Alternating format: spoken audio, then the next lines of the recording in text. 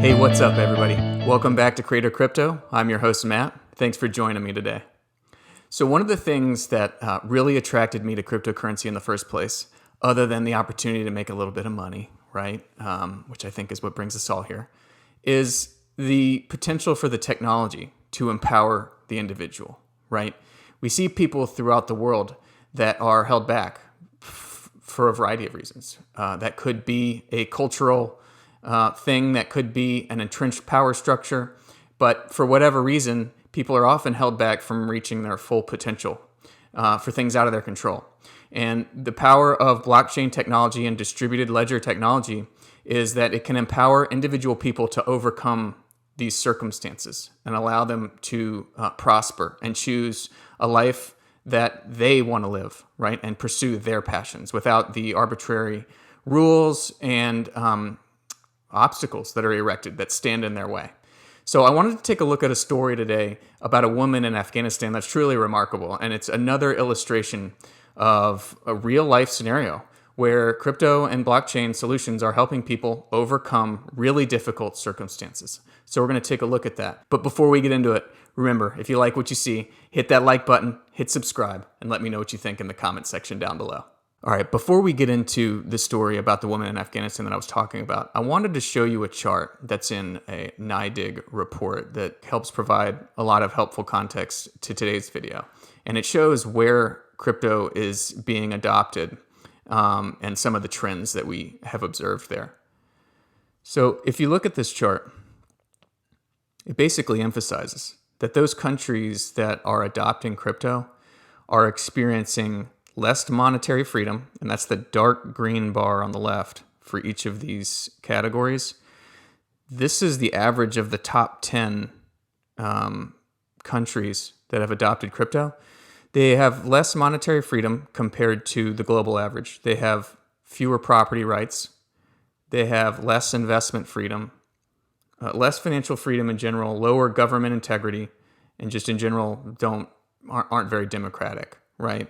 And it makes sense because that's, in terms of decentralized finance and banking the unbanked, you would think that people who are experiencing the obstacles that we're about to see would be incentivized to pursue crypto as a solution. So you just see the trend here is very clear. Where there's more corruption, less stability, less democracy, people are turning to crypto.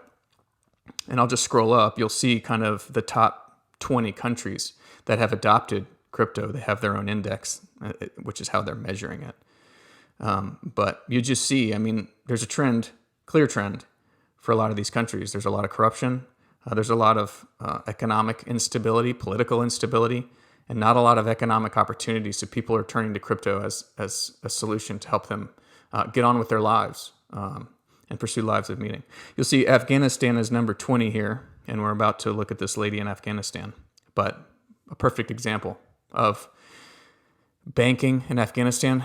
I've never been, but I can read, and it can be difficult for your average person there, and much less a woman that we're about to read about. So let's take a look at that story. Okay, so the story we're about to take a look at is in Reuters, and it's about this woman named Roya Mahbub. Obviously, she's from Afghanistan, and she was in her early 20s when this began, because this was 10 years ago. But she essentially was the founder of a nonprofit called Digital Citizen Fund. And what she did is taught thousands and thousands of girls and women in Afghanistan basic computing skills.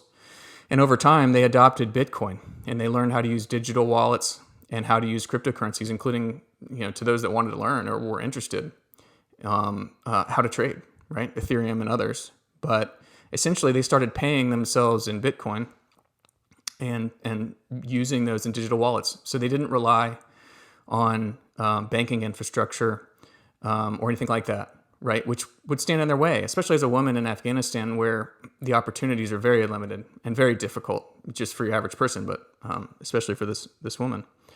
But she found a way out with Bitcoin. Just really cool. It says here, most girls and women did not have a bank account because they weren't allowed to, or because they lacked the documentation. And they have this informal Hawala broker system, which essentially sounds like an honor system among families and clans there. But she relied on that, but then she discovered Bitcoin. It wasn't feasible or safe to send cash to everyone, and solutions like PayPal didn't exist yet. But then they heard about Bitcoin. It was easy to use, cheaper, and more secure than other options. So we taught the girls how to use it and began to pay our staff and contributors with it. We told them it was an investment for the future.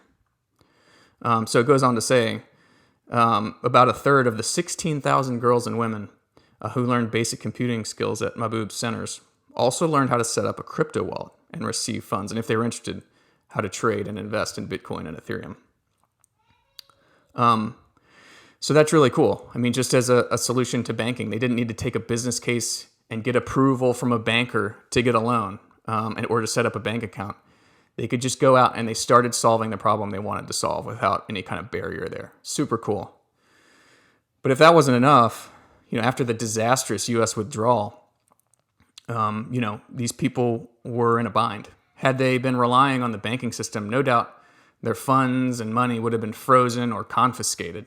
But because they'd been using digital wallets, a number of these families were able to evacuate and settle in new countries without having to move their money anywhere or rely on a banker to make it available, right? They were able to just flee, and they had their money with them. They had it available to them as them and their families resettled. Just really cool illustration of the power of cryptocurrencies. It goes on to describe other countries that are doing the same thing and for the same reasons, but I just thought this was an amazing story. And it actually goes on to say,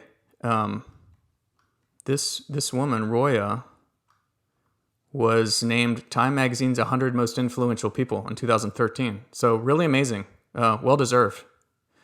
Kudos to her. That's amazing.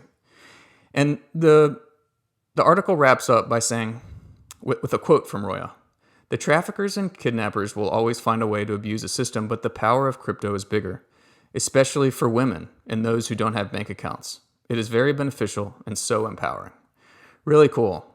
Really cool. Now, that quote was responding to allegations from governments and people who are skeptical of crypto, who use the argument that it's used by criminals and such as a reason not to adopt it. But she's saying, hey, look, people are always going to find a way to misuse something. But for me and for people in my situation, it's a super powerful solution. So it's been amazing. So I just thought that was an amazing story and worth discussing today. So that's it for today. I hope you enjoyed the story. I'll put a link down below in the description so you can read it for yourselves. And I really keep an eye out for these types of stories because I find them inspiring and I just love to see people empowered. So truly awesome story.